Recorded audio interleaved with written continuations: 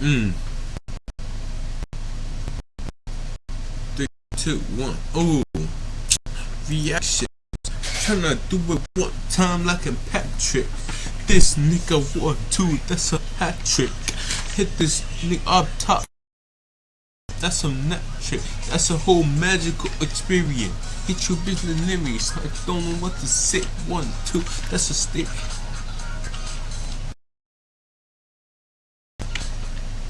So, what's good, guys? What you guys doing? Annoyed. Shams.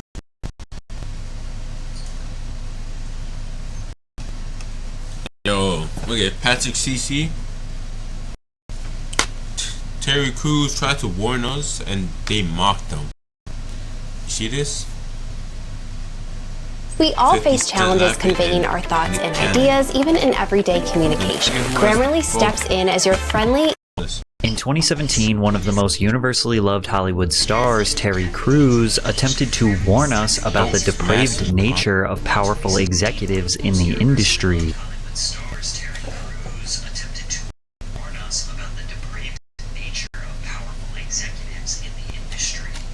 Powerful executives. Don't the people from Hollywood always do that? They're always freaky ass niggas, bro. Not only did he share his extremely humiliating experience to a global audience, but he also tried to do the right thing and get justice legally, only for his case to be thrown out due to what seemed to be the LAPD being paid off. As if that wasn't bad enough, self-proclaimed macho men in the industry made fun of Terry for sharing his story, giving more of a reason for victims to remain silent. Terry Crews is like the Hulk, and I just couldn't get how he said that he didn't, like he froze, like he was afraid. A little chubby white man grabbed your nuts and you ain't do shit. That's funny. I think it's hard for me to think that the dude with all those muscles can't tell an agent to not touch his ass. Is there a chance that Terry just might be gay and hasn't come out the closet yet? Because I had the same thought that you just had. Ironically, as much as these men tried to minimize Crews, all it did was expose themselves for being a cog in the wheel of Hollywood's evil machine. But this was just one of the countless dark moments in Terry's career. Although the world saw him as a lovable, muscular teddy bear, deep down he was suffering from a lifetime of pain. Today we are going to deep dive into the tragic story of Terry Crews, the gentle giant who never had to build a facade to be loved. The reason Terry Crews decided to become a chiseled 250-pound beast was because he thought he would have to kill his father. A lot of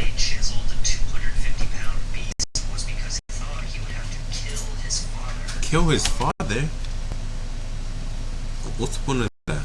Oh, Terry breaks down after his sexual abuse and my desire to be strong was because I knew one day I may have to kill my father. Terry Crews was the son of a violent alcoholic father and an extremely religious mother. Well, my earliest memory is my father knocking my mother out. He kind of has his nose.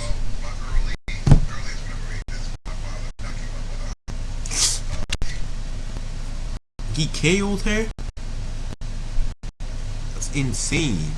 He KO. Okay, that's fucking bad. That's sad. Knocking his mother out. Like doing Mortal Kombat. He was physically abusive, just straight up. He would, and it's wild because he didn't hit us, because my mother would kill him. Right. But my mother let him hit her. Not let, I wouldn't even say let, but she would just say, she kind of took her abuse as par for the course. Divorce was not even considered an option because of his mother's religious views, so Terry had to witness this constant violence through his formative years. Additionally, his mother's religion did not allow Terry to go to the movies, watch television, listen to music, or really do anything that was secular, so he developed an incredible imagination and a knack for drawing. I started this art ability simply because I had a huge imagination television and was wondering what the world was like. I mean, people would tell me, you know, they went to the movies and they would describe the films, and I would try to draw them out. Wow. Because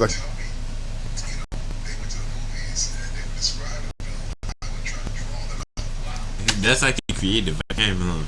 He talks about acting, suicidal thoughts, porn addiction.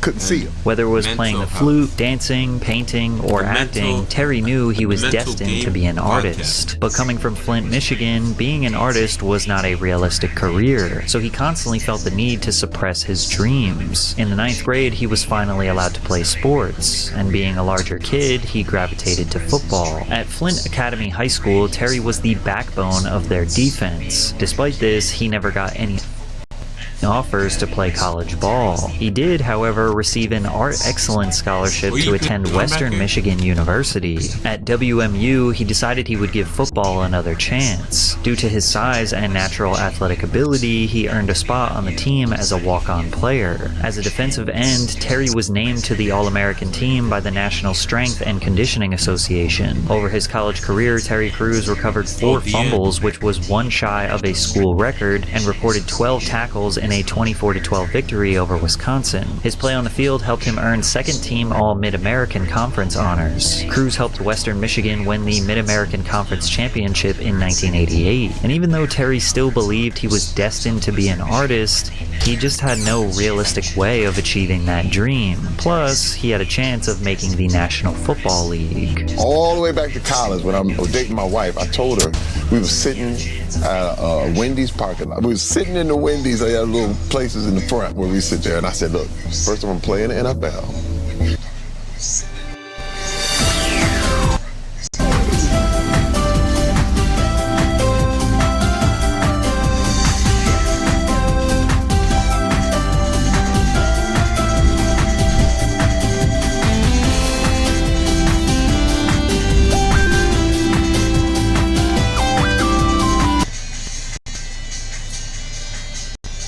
Then we're gonna move to Hollywood. We're gonna make movies. What the hell is this? Fucking, is this supposed to I be made fucking that promise. You see, because I always talk. Right. And that's what got on everybody's nerve. Right.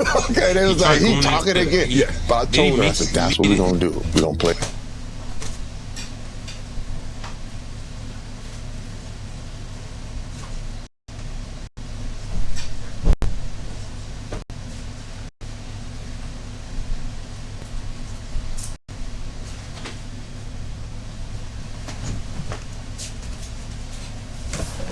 One thing he's Play saying in the NFL. Then we're gonna move to Hollywood. Coop from the NFL, $200 a week. That's bad. $200 a week. Oh, sleeping floor. Rams, Packers, and charging Redskins eat and make movies. She was like, okay. And all this talk about football is reminding me that it's the best time of the year. The NFL's to 1,000 across your other in Texas. On James for profit boosted on promo code Underdog.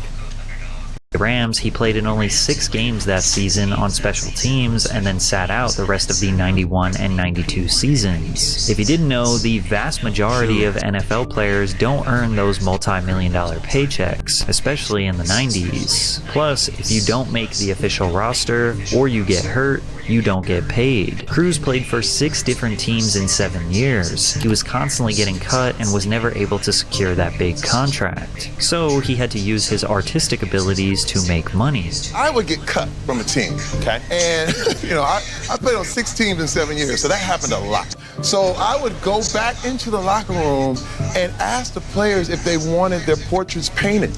After being cut? Yes, because that's how I survived. I was always on the end of the roster. I was never a big superstar. I was an 11th round draft pick. So my whole thing is, I mean, humility gets you far. You know what I mean? Sometimes you got to make some money. You got to humble yourself. And I would go back in, and you know it was so cool because the big stars, they'd be like, man, let's just do, I'll get a little brother a painting, you know, and I'll give him some money. And it was really kind of cool, but the thing is, I was really good. It would take him about 2 months to complete a painting as it was done entirely by hand, but he would charge the players about $5,000 per piece, and that was enough to pay his rent, feed his...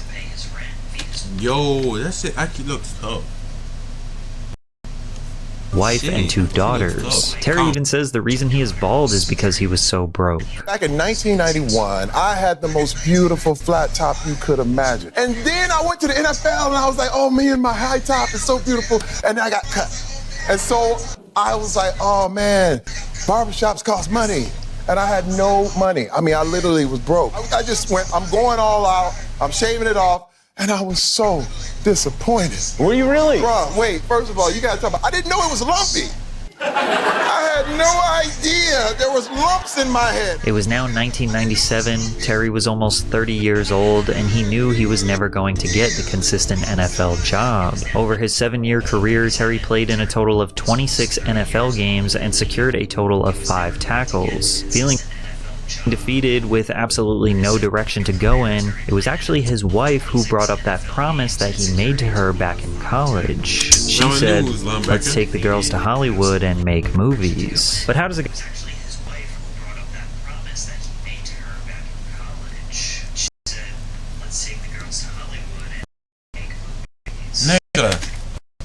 Nigga she wants to go to Hollywood. Nigga, when the nigga has no money, that's the worst place to go. That's like me going to fucking Dubai.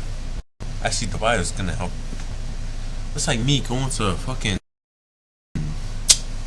what's the expensive place? Paris. No, the Europe. Like me going to Europe or Italy to go, or France or the UK to go live in some fucking fancy ass building. The guy with no money, no connections, and a family. Like, nigga, I don't got money for that. Nigga, in the NFL, unless you just go outside, tell a nigga to start filming you and shit, and oh, I'm an NFL player. I play on NFL. People start giving you free shit. Yeah, you could low-key start doing that.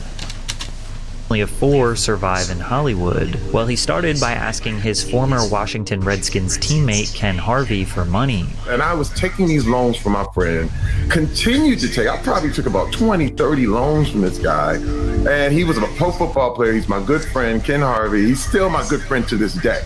And that's what's so amazing. He stopped and said, hey man, I asked him for one more loan. He said, dude, that's it. I can't do it anymore. Terry lived off his friend's money for 1.5 years trying to get a job working behind the scenes of a Hollywood production. He was unsuccessful. Desperate to pay the bills, he went to a temp agency to find work where they gave him a job sweeping factory floors for $8 an hour. Sweeping floors humbled me. Like, there's a breaking that you have to go through. Because there was a long time I wouldn't do that. Right. And I was like, hey man, I'm too proud for this. And what would everybody think if they see me sweeping the floor? Right. And my wife was like, they don't know you. After sweeping floors, Terry used his natural size and NFL pass to apply for security work. He landed multiple jobs in LA working security outside of various Hollywood studios. In 1999, he was working outside the set during the filming of Next Friday, starring Ice Cube and Mike Epps. Terry's job on that set was to secure, aka just watch Ice Cube's car for 12 hours. And I was out there literally watching Cube's cars, and and there I'm like, I'm in the business. But I was so far from anything happening. Through working security, Terry met a friend who was a location manager. Location managers basically just oversee all of the various locations of a film production, and they also hire security to secure those locations. Well, he's like, dude, we're doing this really intense movie at the Jungle right now with Denzel Washington. You gotta come check it out. I came on set as a visitor. Yo, wait, gang member. Shit, I don't think I watched that. I've always realized that you just have to go. Like, if you just show up, a lot of times your opportunities are there. I was watching Denzel prepare, and I was studying him, and I was like, this is how an actor at the top of his game does his thing. Well, the director walks over to me. Students with ADHD save 10 hours studying with Chrome extension. But no, by all means, go ahead, skip the ad, save a few seconds. I have to do a lot of... I appreciate it. Wow. Told me and skip he said, that. hey man, skip that. You want to be in this movie? I said, Yeah, I was like, sir, whatever you need me to do. It was wild. And he said, I'm gonna find ways to use you in the movie. And I was like, whatever you need. And I didn't get one dime for training day. I just showed up, I volunteered, I said, whatever I can do, I just want to help the movie. I want this to be the best thing ever. Oh, you mother... Okay. Terry's uncredited role in the film was so small and seemingly so insignificant, yet it was the reason why he got his big break in Hollywood. Training Day was a $100 million box office hit, and it just so happened to be one of Ice Cube's favorite movies. And when Ice Cube was watching Training Day, he remembered Terry Crews as the security guard from his set 2 years ago. So he got in contact with Crews and asked him to audition for his next film, Friday After Next. But they remembered me. So I got a chance to audition for Friday After Next. And I remember us sitting in the waiting room, me and Cat Williams, hoping, praying one day we would be able to, be in this movie. Cat Williams and I decided we were going to go all in. There was going to be no holding back. If you look at the scenes with Cat Williams and I, it's almost like an intense drama. Although Friday After Next was not a box office smash, the Friday series was a cult classic loved by millions more than the financials indicate. Terry Crews was officially in. All of what he calls Black Hollywood knew his name, his face, and he was ready to take over.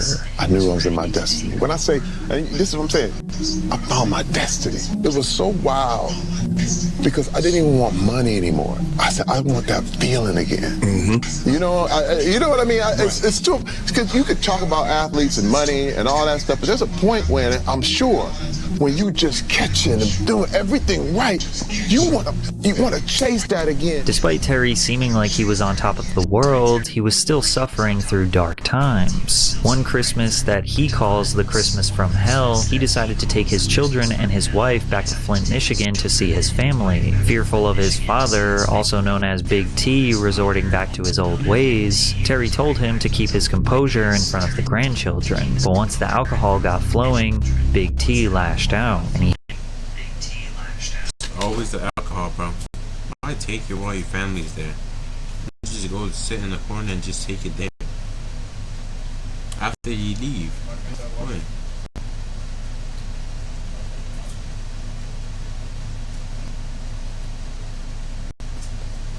Like, doing all that's actually bad. Obviously, everyone knows it.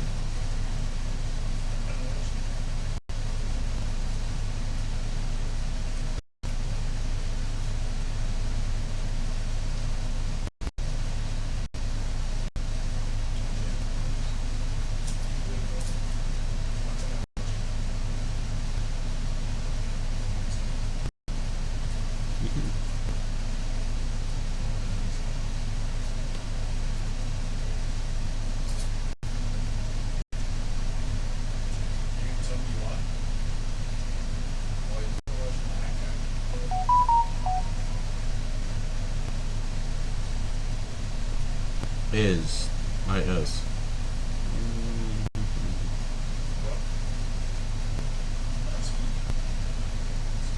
Well, let's go. He hit Terry's mom in front of the children, knocking her tooth out of place.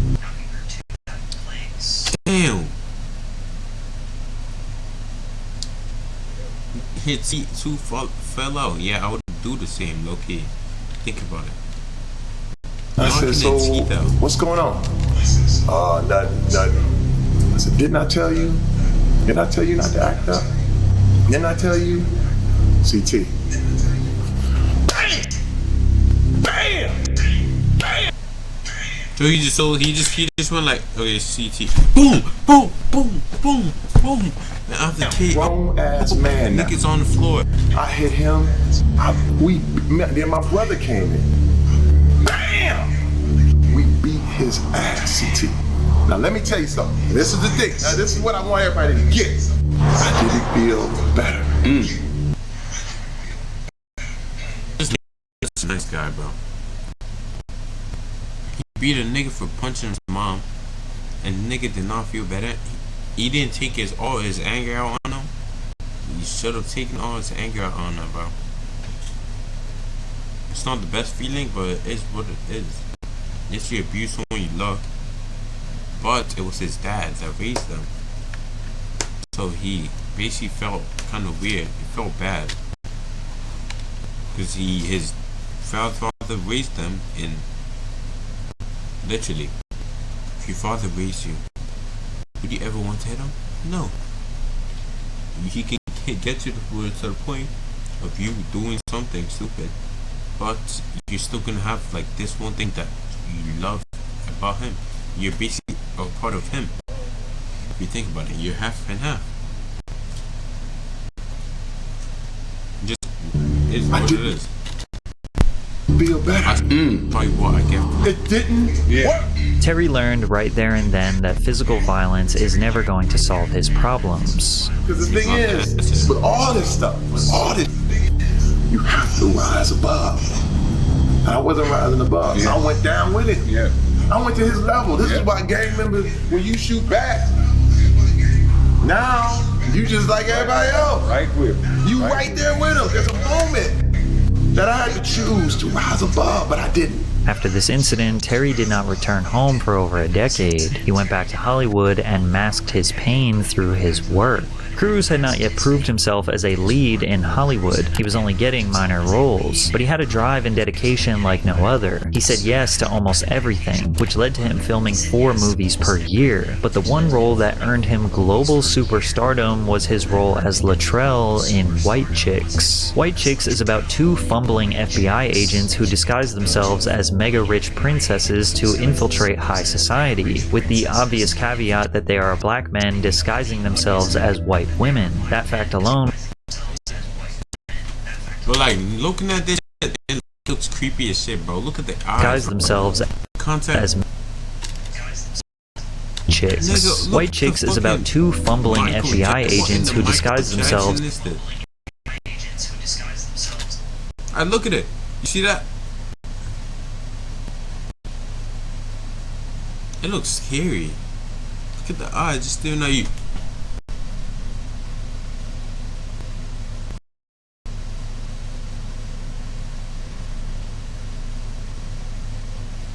Some weird as mega-rich princesses to infiltrate high society, with the obvious caveat that they are black men disguising themselves as white women. That fact alone was enough to get people extremely interested in the film. Terry had met Damon Wayans through his work. Damon is related to Keenen Ivory Wayans, who is Hollywood royalty, producing comedy classics like In Living Color, Scary Movie, Don't Be a Menace to South Central, among others. The Wayans invited Cruise to audition for White Chicks, and Terry impressed Keenen, so much so that when he got the part as Latrell, the comedy legend often told Cruise to basically freestyle on set. Terry never felt more comfortable as an actor and comedian, and he knew this was his time to shine. In the film, Cruise plays the role of pro basketball player Latrell Spencer, who is attracted to Tiffany not knowing that she is actually Marcus disguised as a woman. Santa must have come early this year, because you were first on my Christmas list. Woo, there it is right there. I want to know, are you naughty or nice? Sorry, I'm not interested. I'll take that as naughty. Throughout the entire film, Tiffany is trying to do whatever she can to make Latrell disinterested, whether that be pigging out in front of him or even letting one rip, but it doesn't work. Everything she does just makes Latrell more interested.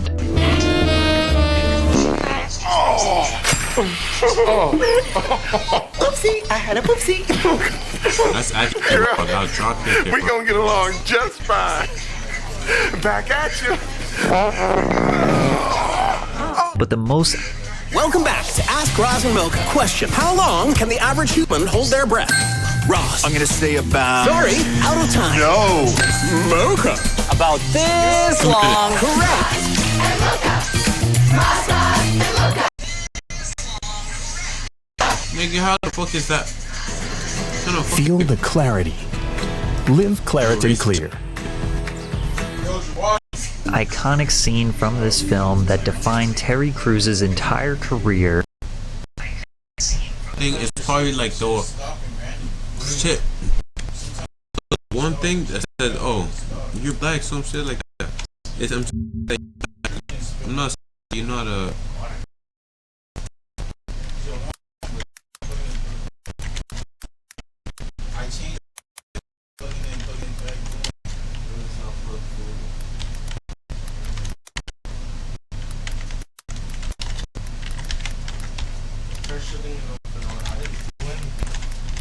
All I did was watch a movie.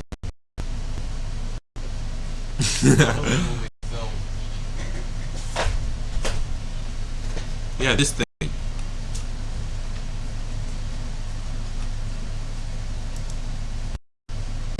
Are you filming this? I'll give you something to shoot. Get out of my way! I can't do that.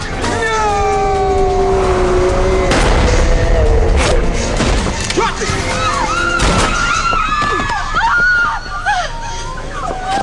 I got you, man. Man, we're gonna get that stain now, don't move. Don't move! Warren Vanderkill, you are under arrest. Hey, I just wanted to tell you I appreciate what you did. That was real brave of you. I had no choice. I couldn't let them take my one true love away. Hey, dude, I ain't what you think I am. Baby, we all got secrets. That's okay.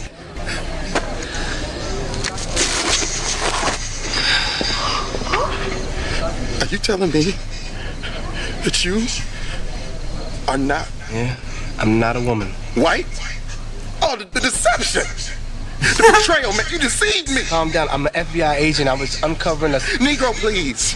Negro, please. Somebody tell you this was an all-white party? Huh? Someone get this jigaboo away from me. Away from me. Gee, that was the part, low-key. That was the best part. Let's someone get this jigaboo away from me. Was when he picked up Tiffany to go out to eat, turned on the radio, and sang every word. I don't think that was the best part, bro. To 1,000 Miles by Vanessa Carlton. The most shocking part about this scene was that it was actually filmed in just one take. It only took one take because Terry actually loved this song and knew every single word to it before ever stepping onto the movie set. Despite being hilarious in the entire film, Terry's career drastically changed from this scene alone. Slowly but surely, everything just started to change for me. People would give me my mail, like, making my way downtown.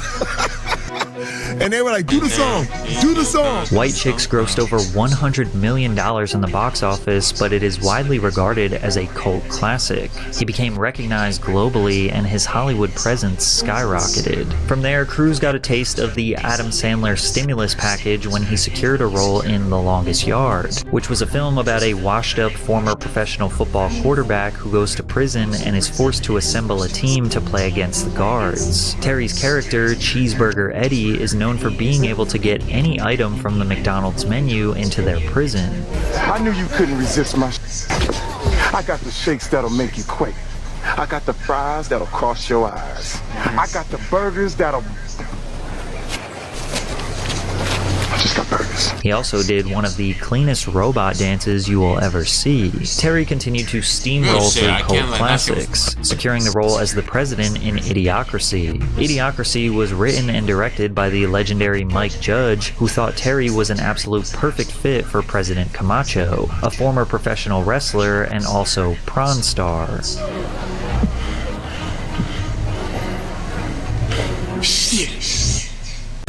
You sent in a proposal, but your manager has so many questions.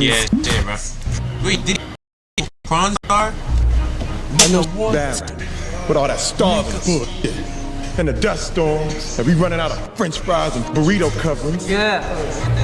But I got a solution. That's what you said last time, dipshit. Ironically, President Camacho would have a decent chance at winning the actual presidential election today, but it was again a connection that Terry Crews made on set that would get him another career-defining role, which was portraying Chris Rock's father on the TV sitcom Everybody Hates Chris. I opened that up. He's like, I want you to play my dad.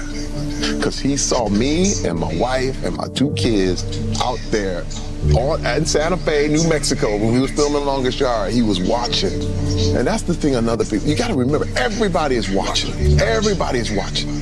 And so then I played Chris's dad, and everybody hated Chris for 4 years straight. This man, when I look at my life, man, I just thank God for every opportunity. Everybody Hates Chris is an extremely highly rated sitcom, achieving a near perfect score from both fans and critics. And although it is a comedy, it is primarily about adolescence and family life in inner city poverty, the determined struggles of decent parents trying to provide a better life and values for their family, which made Terry the perfect candidate for the role, as that kinda explains his real life. Cruz's character Julius was loved for his insane levels of frugality. I know you're not gonna throw that away. Eat that. That's 30 cents worth of oatmeal. Unplug that clock, boy. You can't tell time when you sleep. It's 2 cents an hour. Throughout his career, Terry constantly broke the trope that muscular African Americans had to be portrayed as tough gangsters. Muscles aren't funny was a common thought in the industry, and Terry knew he could break that barrier. He didn't need to pretend to be something he wasn't for the approval of Hollywood. He didn't have to build some facade and maintain it so he could get consistent work. He always remained himself, and that's why fans loved him. Terry Crews is a giant muscular teddy bear that deserves to be loved. That's actually like a fun person, like the fun guy who just jokes around. It feels like every single player, NFL player, they're actually just cool people. But when it comes to the game, is when they're and appreciated. After his hard work through the 2000s, Terry Crews was officially an A-list superstar, but his dark past that he hid from his wife was at its tipping point. Not the money, the fame, nor the acceptance from the world could distract him from the secret he was hiding from his family. And on his darkest day, to what he now calls D-Day, is when he had to admit to his wife that he had cheated on her. Years go by, but my wife was always suspicious, like, what's up with you, Terry? And I'm like, I'm good. And I remember starting arguments, so she would stop talking. You start to forget which lie you told. Things start to conflate and mixing up, and the pornography.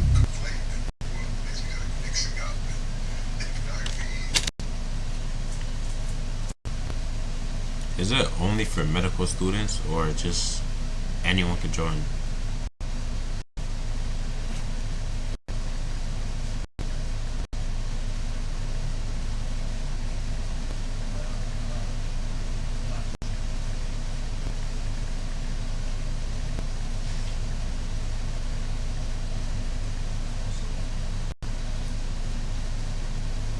Never stopped.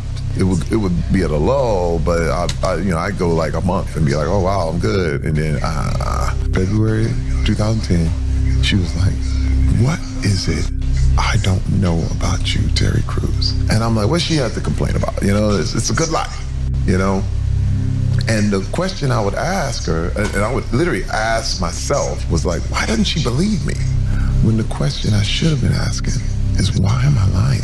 And I had blamed her for not believing me. That's how deep it goes. And I'm gonna tell you, success is the warmest place to hide. You get a lot of sycophants. You get a lot of people telling you, you're right. I have tons of people like, man, you good. In comparison to everybody else, oh my God, you never hit your wife. You bring the money home. You do all this stuff. But I was not real. I was a lie. I was living a lie.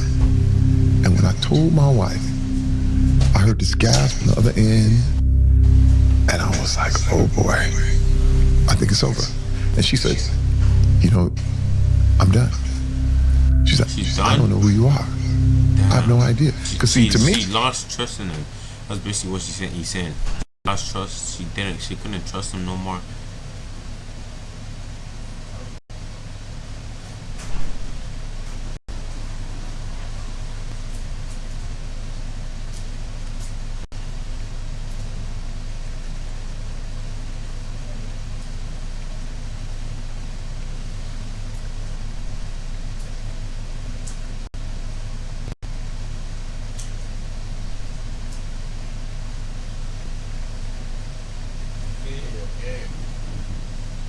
Yeah, she lost trust in him.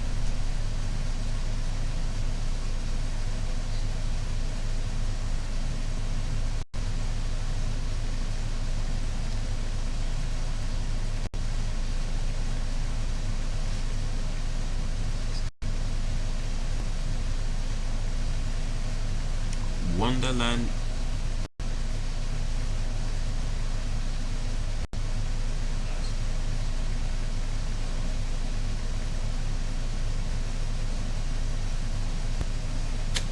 It happened 10 years ago. But to her, it happened today. Most men in Hollywood, or in general, would have listened to their ego. They would have convinced themselves that their infidelity was no big deal, and it's... And they just go get a different wife. A different one. They'd just be swapping it like it's fucking chess. Oh. You took my queen away? Let me spawn a different one. Actually, chess doesn't do that. It's checkers. You have to go to the end of the chessboard. You can turn, once your thing goes there, it's automatically a fuck. I don't know if it's queen or whatever.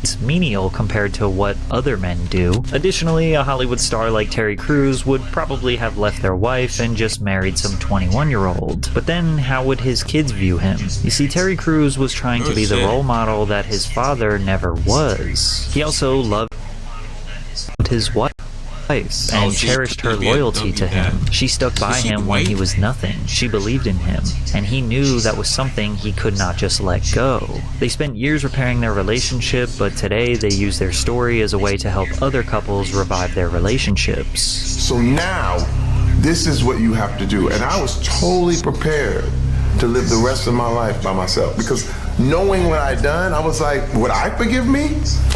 See, that was the big thing. Like, would I forgive me? And you know what the answer was? No. No. Yeah. She did. Many people praise Terry for opening up about his vulnerabilities. He says he constantly receives emails and messages from people that he has inspired to get help for their addictions, or dive deeper into their faith to find answers for their darkness. However, not everyone thought him being vulnerable was honorable. Some of them thought it was funny. More specifically, when he announced to the world that he was sexually assaulted, guys like 50 Cent, Nick Cannon, and others publicly mocked him. On October 10th, 2017, Terry... The whole thing I heard was giving me PTSD. Why? Because this kind of thing happened to me. Tweeted, "This whole thing with Harvey Weinstein is giving me PTSD. Why? Because this kind of thing happened to me. My wife and I were at a Hollywood function last year in a high-level... It's obviously always Hollywood, bro. All these freaky-ass niggas, bro. With them Diddy parties. Ain't no party like a Diddy party. And shit like that. And it's always Hollywood. Why is it dumb? Because these niggas are freaks. Freaky ass niggas, bro. Then they be doing some zesty ass shit.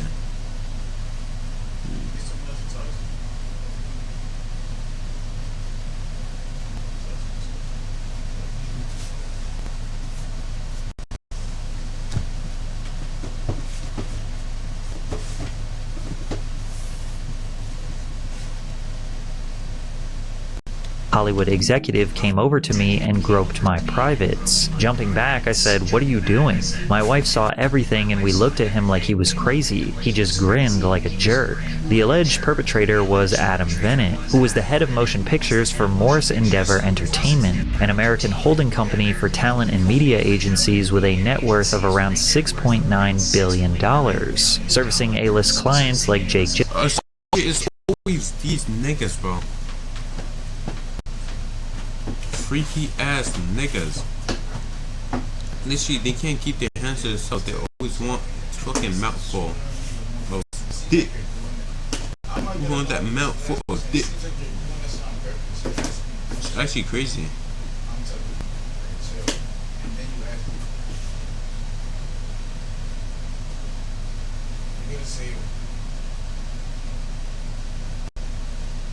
Like, what the hell is the point? Doing all that freaky shit for no reason.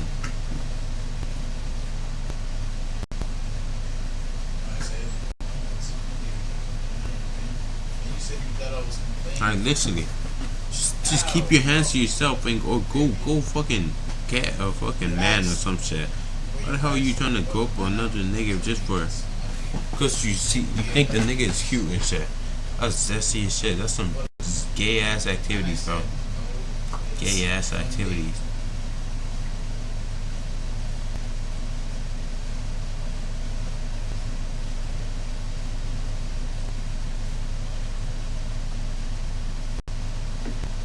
Gay ass activities, bro.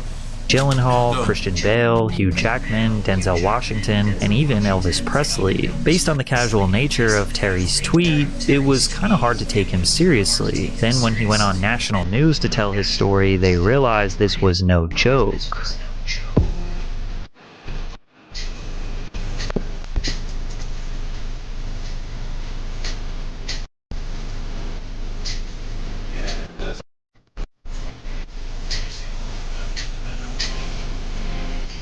I want to see Batman, bro.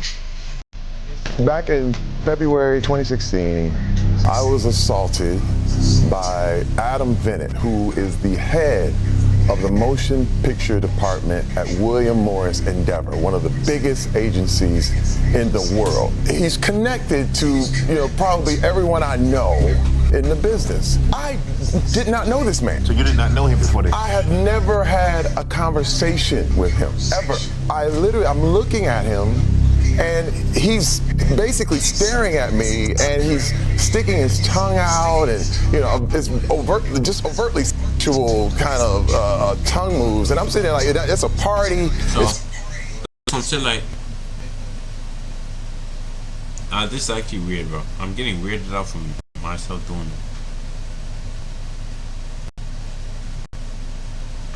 Packed, the whole thing, and I'm looking like, is this a joke? I mean, I don't understand. It was actually so bizarre. And he keeps coming over to me. He comes over to me. I stick my hand out, and he literally takes his hand and puts it and squeezes my genitals, and I jump back like, hey, and he. You wanted to get his shit. You nigga got a handful. Nigga got a whole handful. Nigga just walked up. Squeeze, boom. I want some of that. Juicy meat. Pause. Nigga just grabbed the nigga shit, yo. He's like, and he's still licking his tongue out and all this stuff, and I go, dude, what are you doing? What are you doing? And then he comes back again, and he just won't stop. And then I really got forceful, pushed him back. He bumps into all the other party goers, the whole thing, and he starts giggling and laughing. And let me tell you, Mike, I have never felt more emasculated, more objectified. So you didn't think anybody would believe you if you came forward? Last year, no. Actually, I let it go. Actually, I put it in the back of my head, and I understood why women everywhere had to let it go. But let me tell you, when the Weinstein thing started happening, I got PTSD. I was going, oh my God, this exact thing happened to me. Shortly after. That's what these Hollywood niggas be letting themselves get. They be letting themselves get touched and shit. Just because, I want to be boosted up in the ranks. I'm trying to, like you saw what happened to Diddy and Meek Mill. Bro, if you hear that audio, you can tell that shit was consensual. Shit wanted it to happen. A nigga was in the pool and shit, getting that ass cooled, bro. It's not good. That's a bad sign for the black niggas, bro. How the fuck you letting a black male in you? That's disgusting. After Terry reported this, he got a call from Adam Bennett himself. I get a call. It's him on the line. I'm sorry. I was drunk. I wasn't myself that night. This nigga was not drunk. This nigga wanted that handful. Wanted the whole thing. Nigga wanted a piece of him.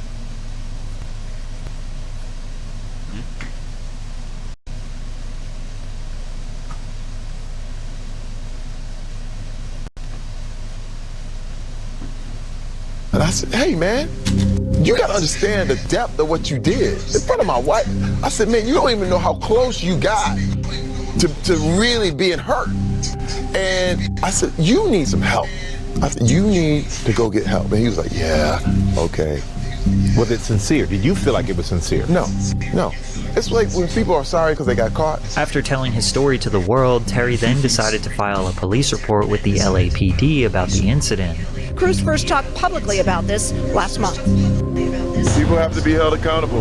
We're going to go all the way. Determined to get justice, Cruz filed a lawsuit against Adam Venit. Russell Simmons, a record executive who has never done any business with Terry Crews in his life, emailed Terry asking him if he would give the agent a pass. But Terry remained firm.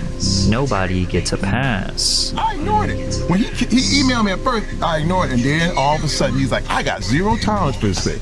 I'm like, wait a minute, you said you got zero tolerance, but you told me to get a dude a pass when the dude did it to me. I said, that's because abusers protect abusers. This culture protects it.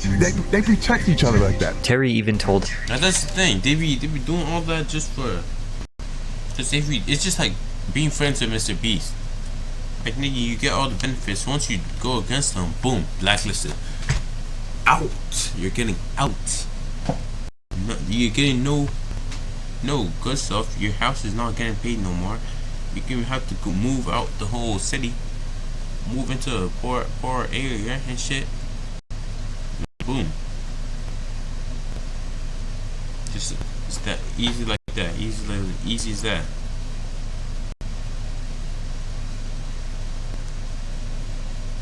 Blacklisted automatically.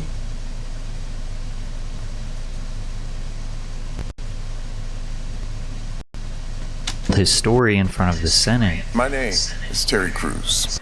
I am an actor, author, former athlete, advocate, and a survivor of a sexual assault. This past year, we have seen powerful men in Hollywood and elsewhere.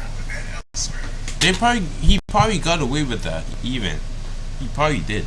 He just called the, oh, this guy's talking about me. I need to, help me out and claim my name. Make it of false allegation. It was not real. Some shit like that. Nigga probably called one of the nigga he's connected with. Just said all that. Boom. And no one talked about it no more. No single sign of it. He's probably talking about this right now because, like, what the hell happened? Nigga, what? Did it trash? I'm still watching this.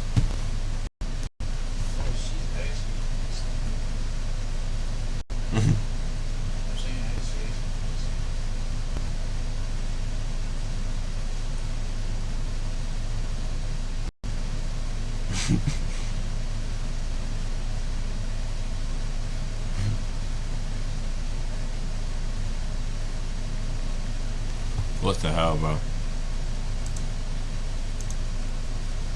My whole shit crashed and it's not my fault.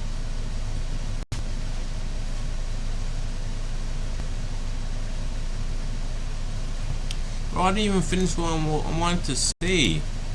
See, it's because I'm talking about, these niggas are about to blow up my PC. Now I'm not gonna be able to talk about what I was talking about no more.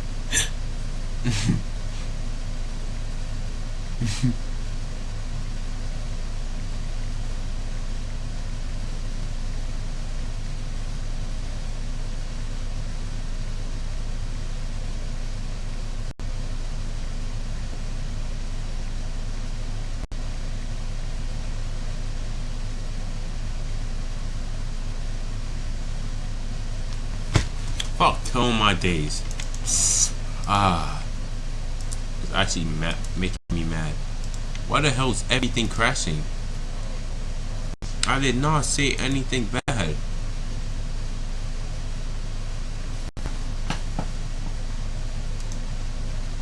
Close. Fuck. No. No. No. Shit, bro. I'm gonna redo it. What's wrong with that?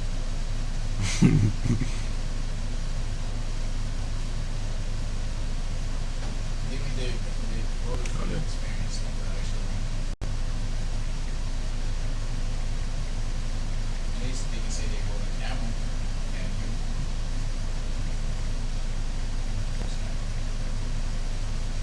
That was a joke.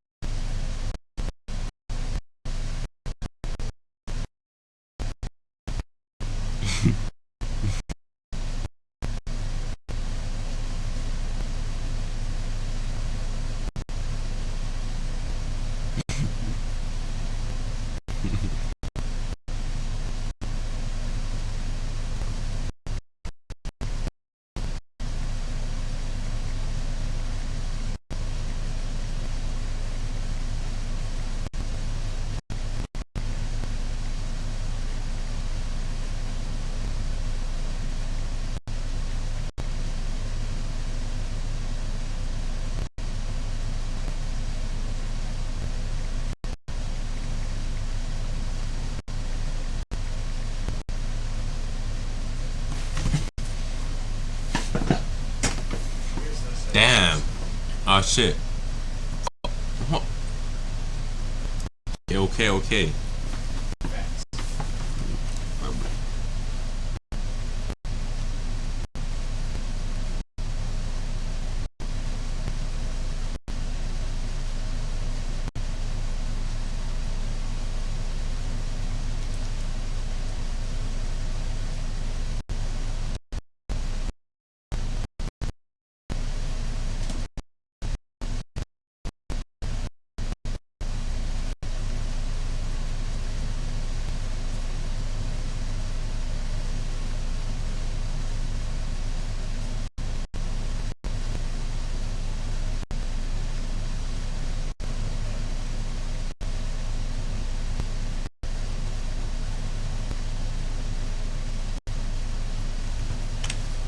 Shit, let's go. I got end this one. The average reader reads 200 words per minute. In work, the more you know, the better your decisions are, and the better your career grows. And there's no better way to get through long PDFs.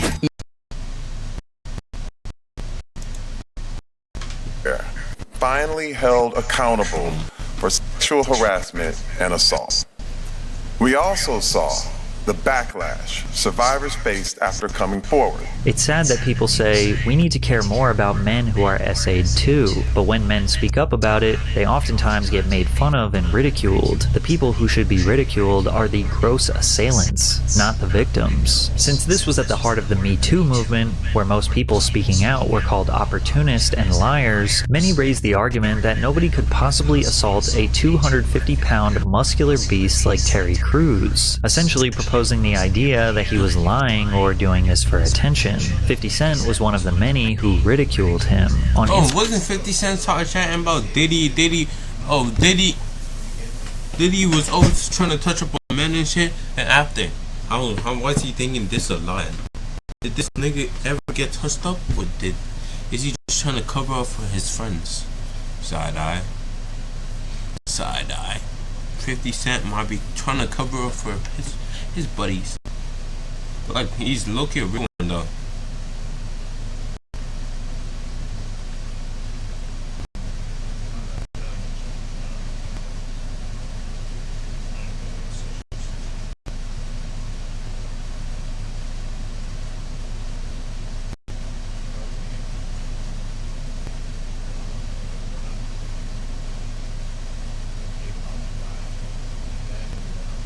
Snow bunny.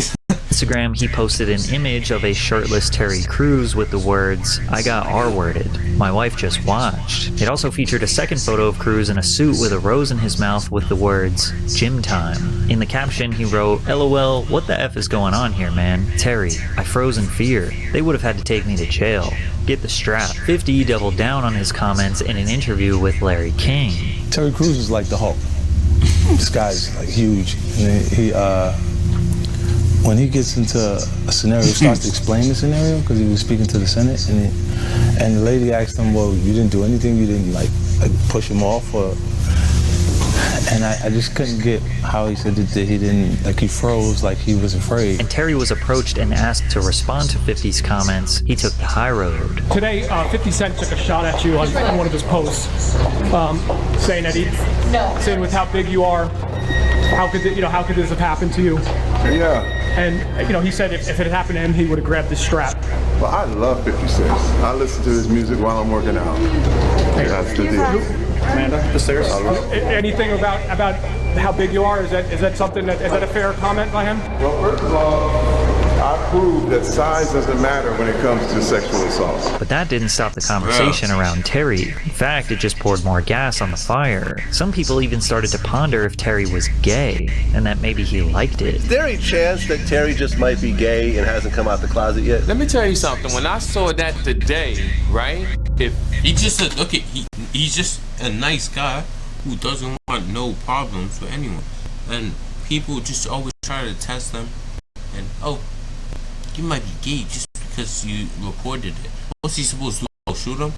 Shoot a very known individual who owns something. If the nigga disappears, what do you think people will think? Everyone will go out and start looking for him. It's gonna cause the whole thing. Boom. Terry is out of jail or in the grave. That's two things. What's the point of that? What's the actual point of you risking all that? At least report it. Which he did. Terry reported what the guy did to him. So that's not making gay. Kind of makes no sense. With me for a split second. So reporting what happened is gay now? Like, nigga, what the fuck? Something traumatic that happened to you. That's why niggas you don't speak about everything, because actually niggas are weird. Say some shit, oh you're gay, you must be gay because you probably liked it. Like, nigga, shut the fuck up. Like, nigga, holy.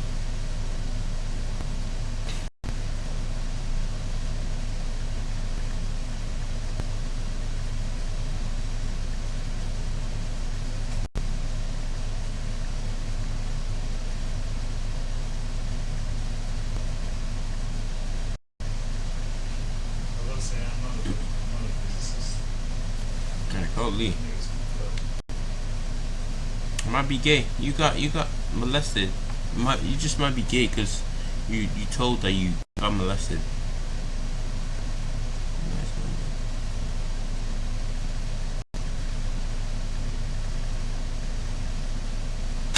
Had the same thought that you just had. When you're from the street, and now Terry Crews from Flint. He from Flint, Michigan. I don't know nobody else. Some of the coldest gangsters I know come out of Flint, Michigan. So what the fuck he was trying to prove with the purse and the boots, I don't get it, because it doesn't prove anything. And to the LGBTQ, to the Terry Crewses of the world, listen, we're not here to bash nobody. Some things are just misconstrued. And don't forget, we are entitled to our opinions also. More of Terry's peers chimed in, like comedian D.L. Hewley. What do you think of the whole Terry Crews thing? I think it's hard for me to think that a dude with all those muscles can't tell an agent to not touch his ass. His ass or his ass? Whatever. Whatever he touched. I just do. I don't understand. I think that now everybody's so into this notion that it happened to me too. Hey, mother, God gave you muscles so you could say no. Presumably fed up for being mocked and ridiculed for over a year, Terry kind of snapped at D. A spirit from Niagara worth sharing with the world. 40 Creek. Believe in better. What's it say for Viagra? DL, and the way he responded just caused even more controversy. He got into a back and forth with DL Hughley on Twitter, where DL suggested that he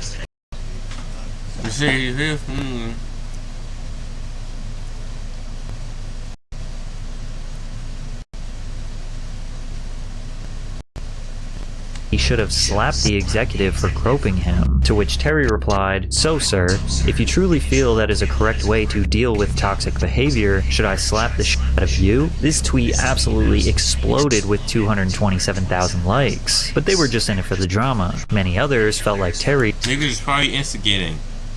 He crossed a line. So let me get this straight. He want to slap the black man for commenting on his situation, but he does nothing to the white man who created the situation by molesting him and basically driving him in front of his wife. Nick Cannon jumped in on the conversation. While he said he respects the way Terry handled the situation, he doesn't think that absolves him from being joked on. A little chubby white man grabbed your nuts and you ain't do shit. That's funny. You a big ass mother. We gonna joke about that. Right. You come on Wildin' Out, it's gonna be nut grabbing jokes for the whole episode.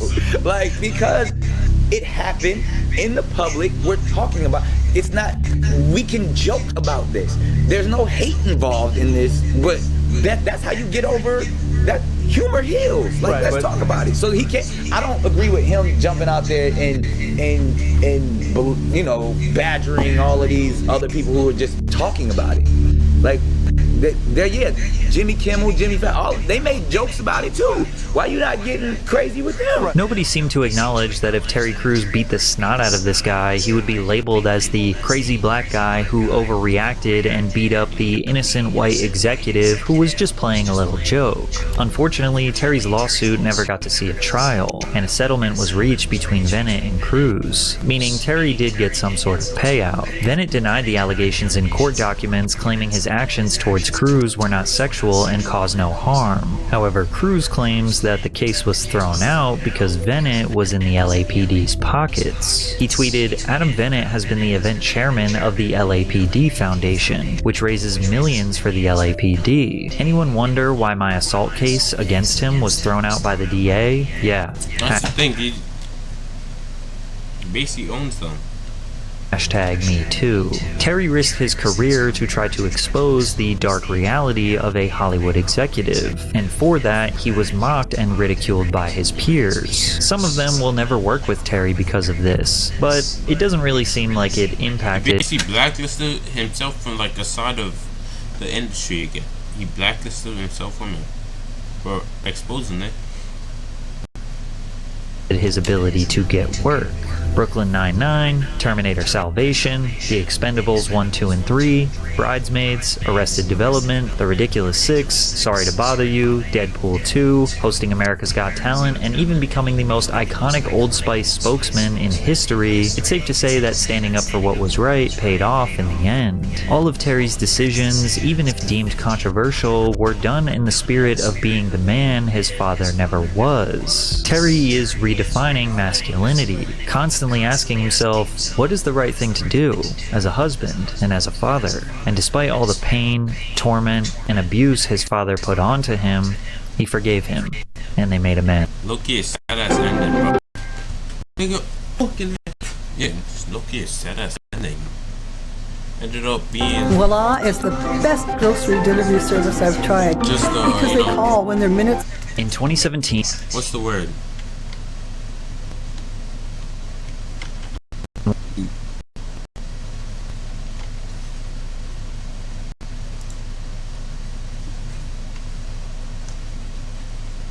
Damn. This is low-key a sad ending. This is the sad ending of like a show. I don't know what it feels like. Why did I make it's such a long? How the fuck? I'm at 2 hours already. What the fuck?